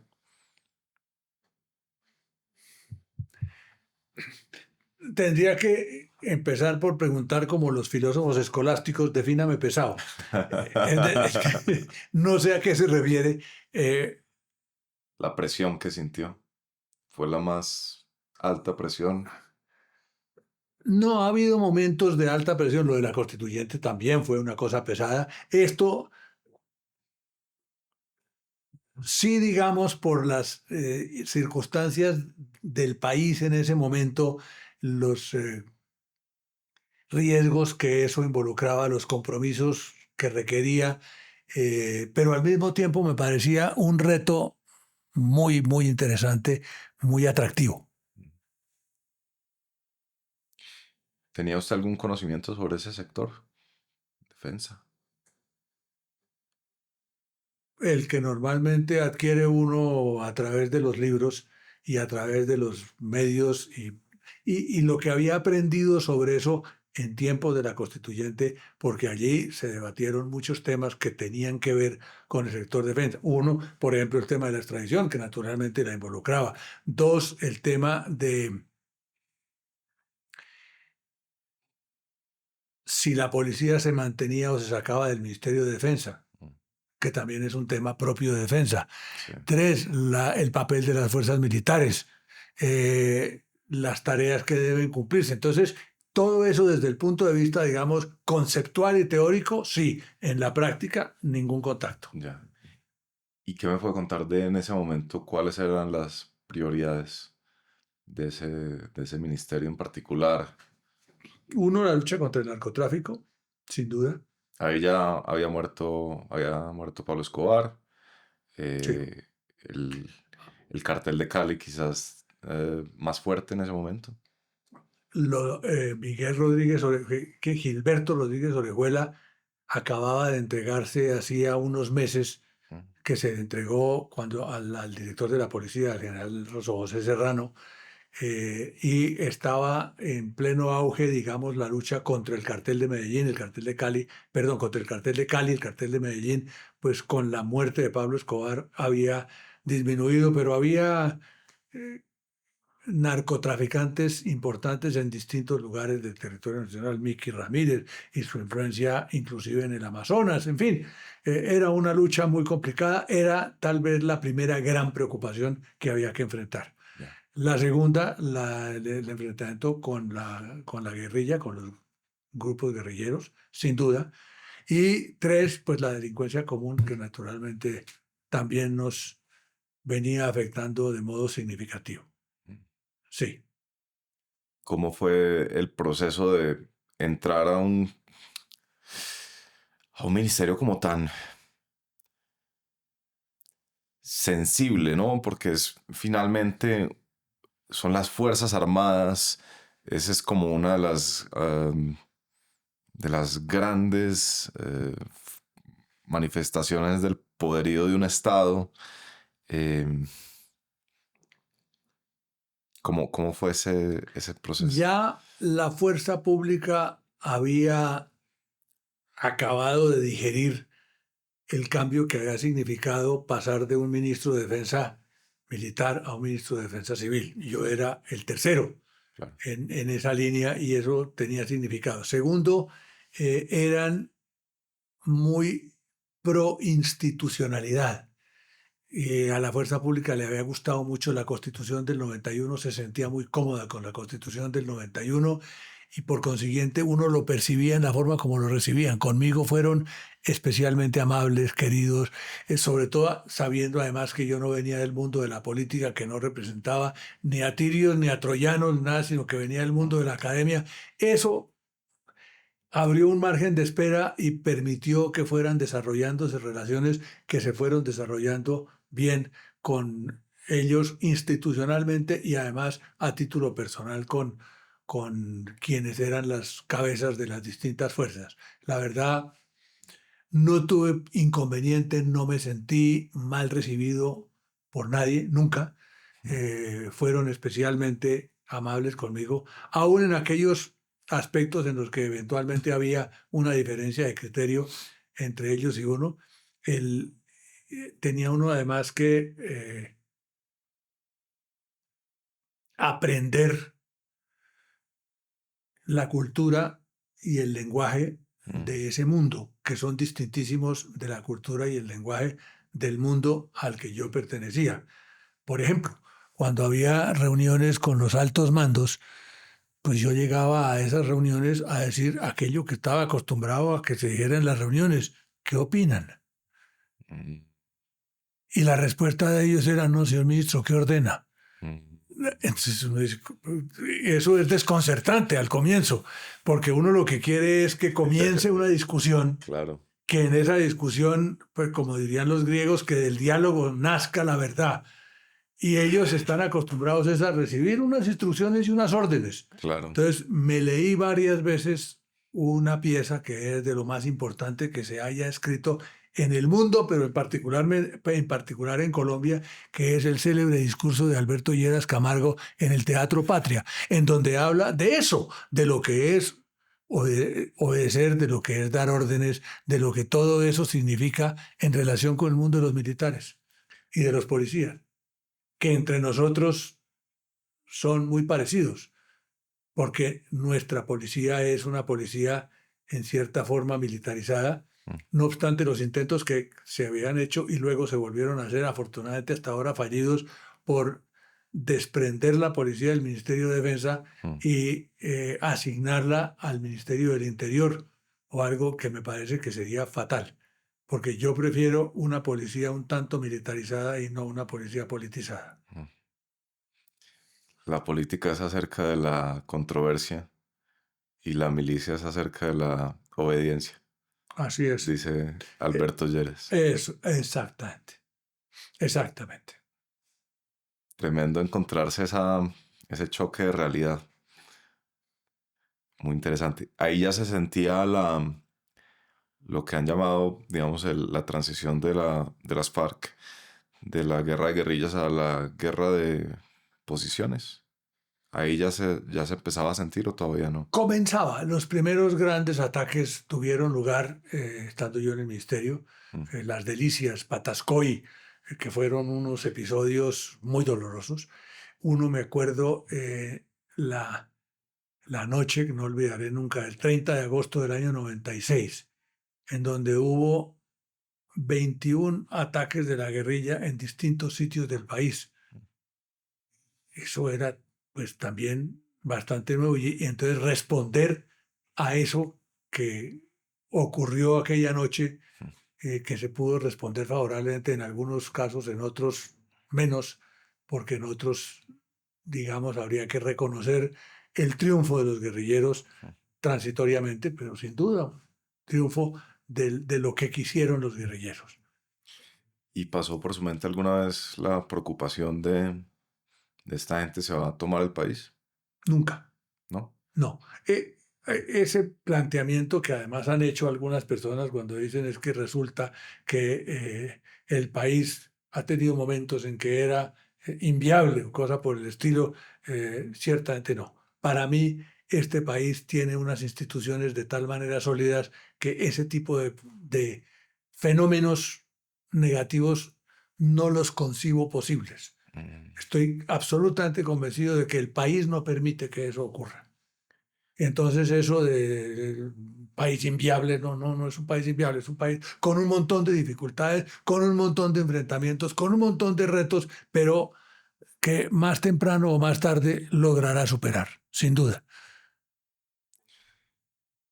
Pero era por lo menos posible especular sobre la posibilidad de que quizás no se iban a tomar el poder, pero quizás iban a triunfar militarmente. No, Tampoco. yo nunca concebí eso como posible. Que iban a tener triunfos momentáneos en distintos lugares de la geografía, sí, pero a tomarse el país militarmente, que sea de ellos, estaba absolutamente convencido de que eso no era así. Además, porque en la medida en que fui conociendo la fuerza pública, me fue quedando claro que eso no era posible y no iba a ocurrir. Ahí todavía no, digamos, luego vendría el Plan Colombia. Llegarían muchos recursos, se modernizaría el ejército, sobre todo en términos de sus capacidades y de sus pues, instrumentos de guerra, ¿no? Sus helicópteros, walkie-talkies, no sé, estoy diciendo aquí. Usted está justo antes.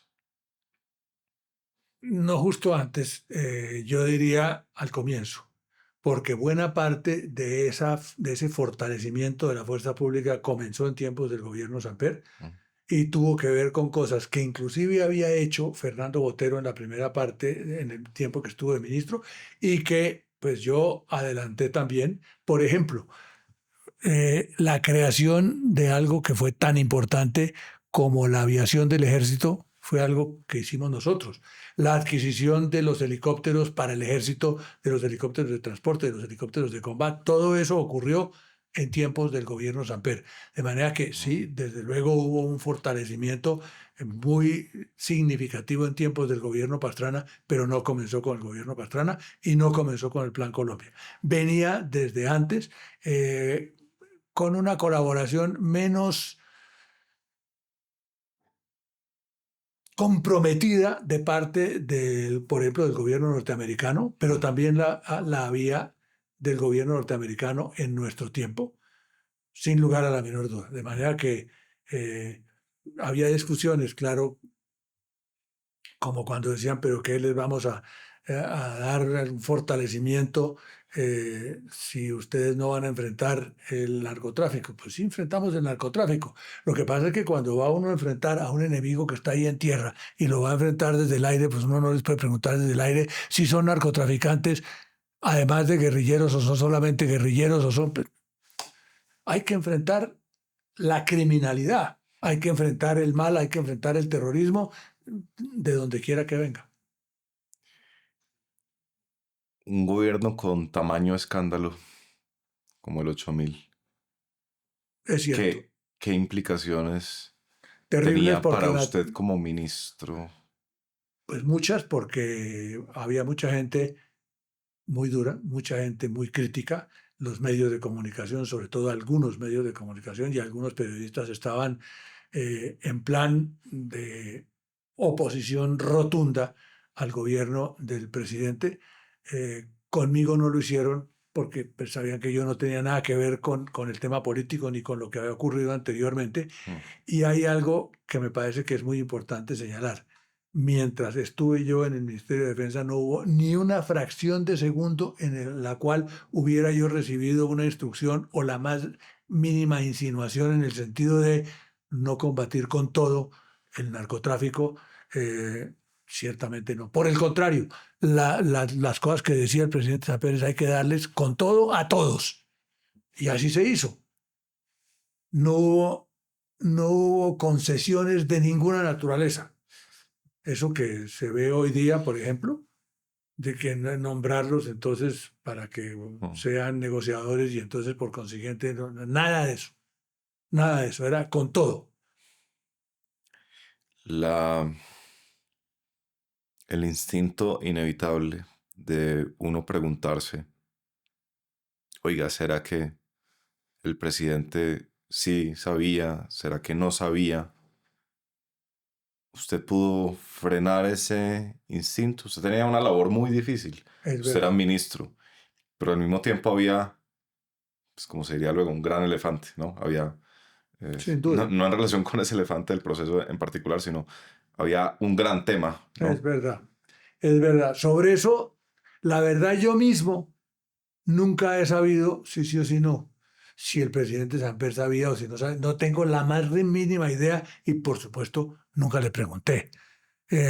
Pero como le digo, cumplía yo con mi deber y tenía precisas instrucciones de hacerlo con todo y frente a toda expresión que proviniera del narcotráfico, de la guerrilla, de lo que fuera, yo en eso no me metí y la gente en general fue muy respetuosa con eso, Mm, tanto en tiempos del ministerio como luego en la embajada en Washington. mm. Además, fueron tiempos en los cuales comenzaron cosas, para que vea usted que no empezaron solo terminado el gobierno de Samper, sino durante el gobierno de Samper. Fue durante el gobierno de Samper que se modificó el artículo 35 de la Constitución y se restableció la extradición. Sí. Eso fue obra del gobierno de Samper. Mm. Y fue parte de todo eso de que estamos hablando. ¿Por qué al haber restaurado la extradición en ese momento no hubo una escalada narcoterrorista? ¿Era porque ya estaba muerto Pablo Escobar y los otros narcotraficantes no tenían esa Yo creo capacidad? eso. Pues estaba muerto Pablo Escobar y estaban entregados o en trance de entregarse los del cartel de Cali, de manera que eso que había sido los que se autodenominaban los extraditables, pues habían perdido la cabeza y habían perdido el liderazgo que habían llegado a tener. Mm. Cuéntame su relación con Álvaro Gómez. Eh, ¿Fue difícil de manejar? Usted había sido constituyente de Salvación Nacional. Toda esta historia que usted me ha contado de cuando pintó el mapa de Rusia. Luego usted llega al gobierno de Samper y uno de los grandes opositores era Álvaro Gómez, que decía que el presidente no se podía tumbar, pero tampoco se podía quedar.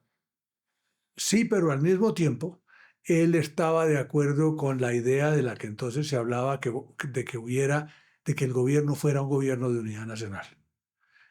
Y conmigo había sido y fue siempre muy especial. Le doy, por ejemplo, este dato. Él me acompañó el día de la posesión en el Ministerio de Defensa y estuvo No en diga, Palacio conmigo, no diga. primero. Segundo, hablábamos ocasionalmente a lo largo del ministerio, salvo en un periodo tal vez de como de mes y medio en que él hizo un viaje a Europa, creo recordar. Cuando llegó de Europa, me llamó y me dijo, quiero invitarte a comer a mi casa, quiero hacerte una comida en mi casa. Y organizó la comida en su casa para el 2 de noviembre de 1995, que fue el día que lo mataron. Eh, Recuerdo cuando fui pues, a la velación de él, que su hermana Cecilia Gómez de Mazuera me dijo, me impresiona mucho verte porque estuve yo ayer en la casa de Álvaro y Margarita ayudando a hacer unos cocinados para la comida en honor tuyo. Y sí, eso fue un golpe el más miedoso, el más duro. Pero esto para decirle, mire, sí se oponía como periodista y estaba en plan de contradicción de lo que él llamaba el régimen. Hay que acabar con el régimen, pero el régimen, tal como él lo entendía, no era necesariamente el gobierno de Samper, ni solo el gobierno de Samper, sino un sistema de cosas que venía funcionando. Contra eso estaba él, pero no tanto personalmente con el presidente Samper, porque como le digo, me acompañó a la posesión, Mm. cosa que no habría hecho si la situación fuera muy distinta, y me organizó la comida que no llegó a tener lugar por lo que le cuento. Me imagino que en la posesión habrá tenido que saludarse por lo menos con el presidente Samper. Por supuesto, por supuesto. Ahora, no puedo decirle que se sentaron a conversar largamente, no, no sé, pero pues, él estaba allá y se saludó con el presidente sin duda. Luego usted se va de embajador a Washington. ¿Por qué ocurrió esa transición? Lo que me pueda contar. Pues la razón no la sé. Un día el presidente Samper me dijo que si yo aceptaría irme de embajador. Le dije pues que yo estaba pensando irme de embajador a mi oficina, que era donde, donde quería ser embajador y a donde estaba pensando. Y me dijo, no, no, yo quiero que te vayas para Washington. Estamos viviendo un momento particularmente delicado y difícil de la relación con Estados Unidos. eh, Te agradecería mucho que me aceptaras. Y sí, la verdad, la relación era difícil, porque desde tiempos del final del gobierno del presidente Gaviria, si yo no estoy mal, y creo que no estoy mal, nos habían desertificado en la lucha contra el narcotráfico. Había discusiones sobre si debían desertificarnos también por el lado de derechos humanos, y al presidente de la República le han quitado la visa. Entonces, en esas condiciones llegaba yo a la embajada en Washington, que era complicado. Pero pues los retos siempre me han parecido atractivos, ciertos retos, y entonces acepté y me fui. Y fue también otra maravillosa experiencia. ¿Y cuál fue el trabajo ahí? No, me imagino que no era intentar recuperar la visa. No, de eso no me habló él nunca, y de eso yo no hablé nunca con las autoridades norteamericanas, entre otras cosas porque era una cosa personal de él. No, no era una cosa de Estado.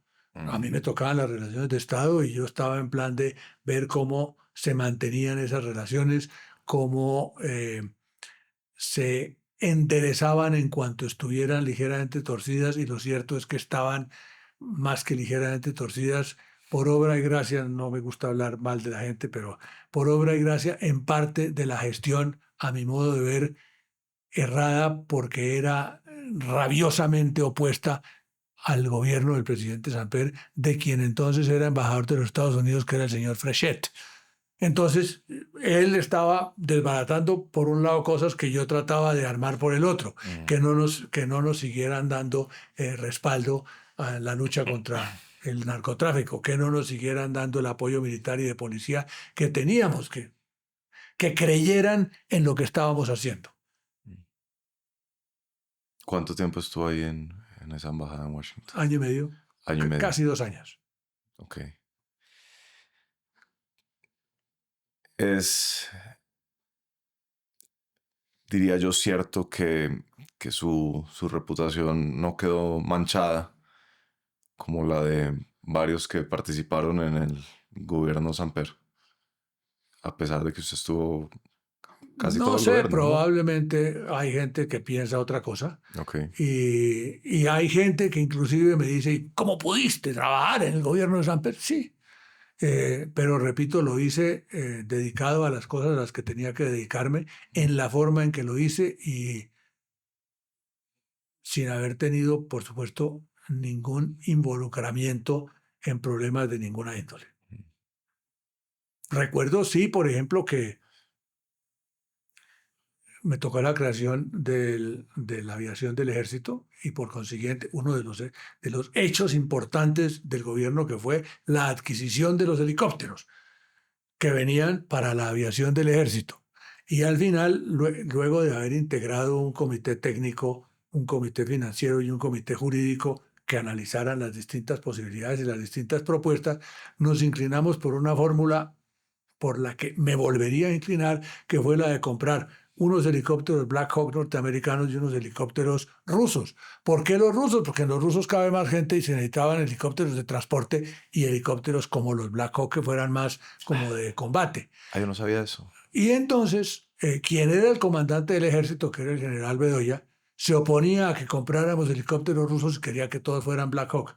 Y entonces presentaron algunos, inclusive algunos periodistas, unas denuncias diciendo que ahí había habido un acto de corrupción y de no sé qué, porque se hubieran comprado unos helicópteros, los Mi-17 y 17 rusos, que se compraron, les repito, de los unos y de los otros, porque fue lo que terminaron recomendando conjuntamente los 3 comités, cada uno por su lado. Y entonces me tocó enfrentar pues una investigación en la Contraloría, una investigación en la Procuraduría, y creo que hasta investigación penal, cuando la única que siguió avanzando fue la investigación de la Procuraduría. Entonces un día, transcurrido el tiempo, me dijeron, ya, tranquilo, que eso ya va a prescribir. Entonces pedí cita a donde el Procurador General de la Nación de entonces, que era el doctor Edgardo Maya, y me la dio muy amablemente. Yo ya había vuelto de Washington y le dije, vengo a decirle lo siguiente, procurador, que renuncio a la prescripción en este caso frente a los que me han dicho que eso ya va a prescribir. Entonces se quedó mirando y me dice, es increíble. Y yo nunca he conocido a nadie que renuncie a la prescripción, sino que la gente viene a ver cómo se hace para que las cosas se alarguen de manera que haya prescripción. Y le dije, estoy convencido de lo que hice, de las decisiones que se tomaron. Quiero que sepa que en todo caso el responsable de la decisión soy yo. Sin duda no puedo decir que fue el del comité, no sé qué, el comité, lo que quiera que haya, lo que hubiera funcionado mal, yo soy el responsable. Y renuncio a la prescripción por una razón, porque yo quiero que mis hijos sepan que soy inocente porque soy inocente y no que soy inocente por prescripción. Y entonces, pues, siguió avanzando el proceso hasta que finalmente terminó y nada. Su historia, Juan Carlos, es de añorar siempre el regreso a casa, que es su oficina de abogados, y ha podido regresar varias veces. Luego de eso regresó. Pero déjeme ya para ir cerrando, saltar al Ministerio de Justicia. Y esa reforma que yo creo que mucha gente todavía recuerda, que derivó finalmente en su renuncia. ¿Qué pasó ahí? ¿Lo arrolló la política? Pues esa podría ser una explicación, pero me parece que es una explicación insuficiente. Me arrollaron pues la política y algunas circunstancias en particular.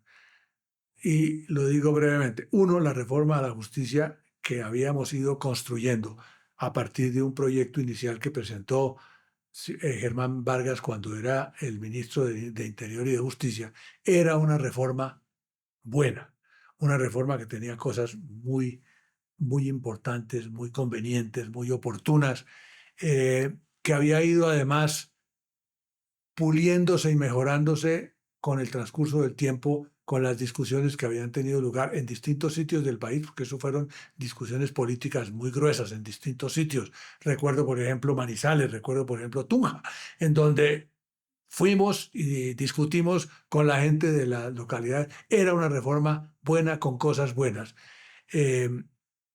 con cambios importantes. Y una reforma que cuando estaba ya al borde de aprobarse, le metieron una serie de micos que metieron los señores de la Comisión de Conciliación, puesto que había habido un proyecto que aprobó el Senado y un proyecto que aprobó la Cámara, que tenían algunas diferencias que tenían que ser objeto de conciliación, o para que prevaleciera el proyecto del Senado o para que prevaleciera el proyecto de la Cámara. Y ahí fue cuando metieron unos micos, unos senadores y unos representantes de cuyos nombres no quiero acordarme, pero me acuerdo. Yo creo que con el propósito de hacer algunos favores, para efectos de mejorar la condición de quienes eran perseguidos por la justicia por la comisión de determinados delitos. Eso se hizo. Normalmente los ministros participan en las comisiones de conciliación, es decir, van e interlocutan e interactúan con quienes estén en las comisiones de conciliación. En este caso eso se hizo en parte, pero de repente un día uno de los senadores de la Comisión de Conciliación organizó, según supe después, una comida en su casa a la cual invitó a todo el mundo menos al ministro, con el propósito de discutir temas. Y de ahí fue de donde surgió, y eso no vino uno a enterarse sino al día siguiente, los cambios que se metieron en el proyecto que lo afectaban tremendamente y que eran unos cambios que inclusive eran inconstitucionales. Yo estoy seguro de que la Corte los hubiera tumbado, entre otras cosas porque, según dice el reglamento del Congreso, lo que tiene que hacer la Comisión de Conciliación es escoger el proyecto del Senado o el proyecto de la Cámara en relación con determinado artículo y no pueden aterrizar temas nuevos que no hubieran sido discutidos. Aquí se incluyeron una serie de temas nuevos que eran sumamente delicados, que eran inaceptables, y entonces eso pues nos llevó, y en eso el presidente Santos fue muy valiente, a pedir que no se aprobara la reforma el día de la aprobación del texto final de la reforma, y en efecto conseguimos que el propio Congreso, sin un solo voto en contra, aprobara por hundir la reforma. Cuando les dijimos lo que se había metido dentro de la reforma y los micos que se habían colado por obra y gracia de la Comisión de Conciliación.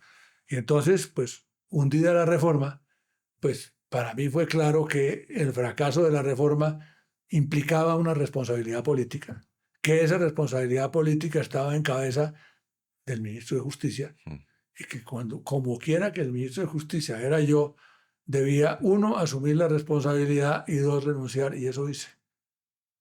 Diciendo, pues, que en Colombia era curioso que generalmente el verbo asumir responsabilidad y el verbo renunciar solo se conjugan en segunda y en tercera persona y no en primera persona, que yo lo iba a conjugar en primera persona, los dos, y renuncié.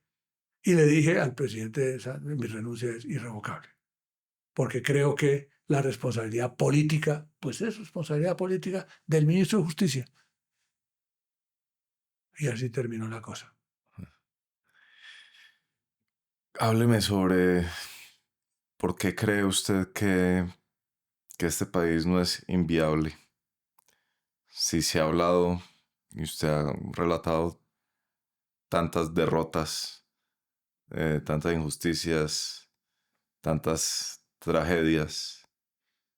Son ciertas, pero son avatares que le ocurren al país, pero me gusta de este país y creo plenamente en la institucionalidad del país. Este país es un país institucional. Aquí estoy convencido de que no ocurriría lo que está ocurriendo en Venezuela o lo que ha ocurrido en Nicaragua, en donde termina un determinado gobierno cooptando toda la institucionalidad y haciendo suyas las autoridades plenamente. Eso aquí no ocurre. Y mire que la experiencia está demostrando que así es. Ni el Congreso se deja, ni las Cortes se dejan. Ellos cumplen con su deber, que cometen equivocaciones, por supuesto que cometen equivocaciones, que nuestra justicia llega tarde, que nuestra justicia cojea, sí, pero a la hora de lo fundamental se levantan. Y mientras haya esa institucionalidad, y esa institucionalidad incluye a la fuerza pública, estoy convencido, y nos incluye a los ciudadanos, que somos defensores de la institucionalidad. Entonces, esas cosas que uno ve que ocurren en otras partes, yo pienso, creo genuinamente que aquí no nos pasa. ¿Es usted el último representante de esa casta antigua? Ya hablamos de los jueces de antaño, que su vida era un ejemplo de honestidad, pulcritud. Estoy convencido de que no, ni remotamente el último representante. Uno, ¿Todavía hay gente así? quien cree que debe ser, sí, un buen ciudadano, claro que hay gente así. Medianoche, por ejemplo, hubo un evento que organizó el Comité Colombiano de Arbitraje de reconocimiento a unas personas que hemos sido árbitros en distintos procesos a lo largo de los años. La gente que había. Tipos como Hernán Fabio López, por ejemplo. Tipos como Gilberto Peña. Tipos como Eduardo Zuleta, para hablar de unos más jóvenes, como Juan Pablo Cárdenas. Gente vertical absolutamente. De eso sigue habiendo mucha y estoy convencido de que sigue siendo mayoritaria. Álvaro Gómez Hurtado hablaba una y otra vez de actuar con grandeza. ¿Qué es actuar con grandeza? ¿Qué significa actuar con grandeza? Actuar anteponiendo los principios y los valores y las instituciones frente a las aspiraciones personales. Actuar pensando, valga el riesgo de un filósofo, diría que estoy incurriendo en el defecto de la petición de principio. Actuar con sentido grande. Es pensar en mayúsculas y obrar de conformidad. Eso yo creo que es actuar con grandeza. Y vuelvo a poner el ejemplo que siempre pongo. El momento constituyente del 91. En ese momento, la Asamblea Nacional Constituyente, los políticos, los gobernantes y los ciudadanos, todos actuamos con grandeza. Mire usted cómo el país recibió la Constitución del 91 y la reconoció como su Constitución y no se la quiere dejar quitar. Antes eso no ocurría. Cuando con la Constitución del 86, usted sabe, los primeros 25 años el Partido Liberal dijo: esa no es mi Constitución. Hubo que esperar a la reforma del 10. Aquí, desde el día siguiente, del 4 de julio del 91, la gente dijo, se apropió de la Constitución, la consideró absolutamente propia y conveniente. Y no se la deja quitar. Eso es parte de lo que yo llamo grandeza. El espíritu de país. Por encima, es decir, ¿qué se opone a la grandeza? La mezquindad. El interés personal. Creo. Pues Juan Carlos Esguerra, muchas gracias. A usted muchas gracias. Muy amable. Y gracias por su trabajo. No, muchas gracias. Si quiere cerrar con unos versos españoles de los que les gusta, están invitados. Si no, cerramos ahí. Muchas gracias. Muchas gracias.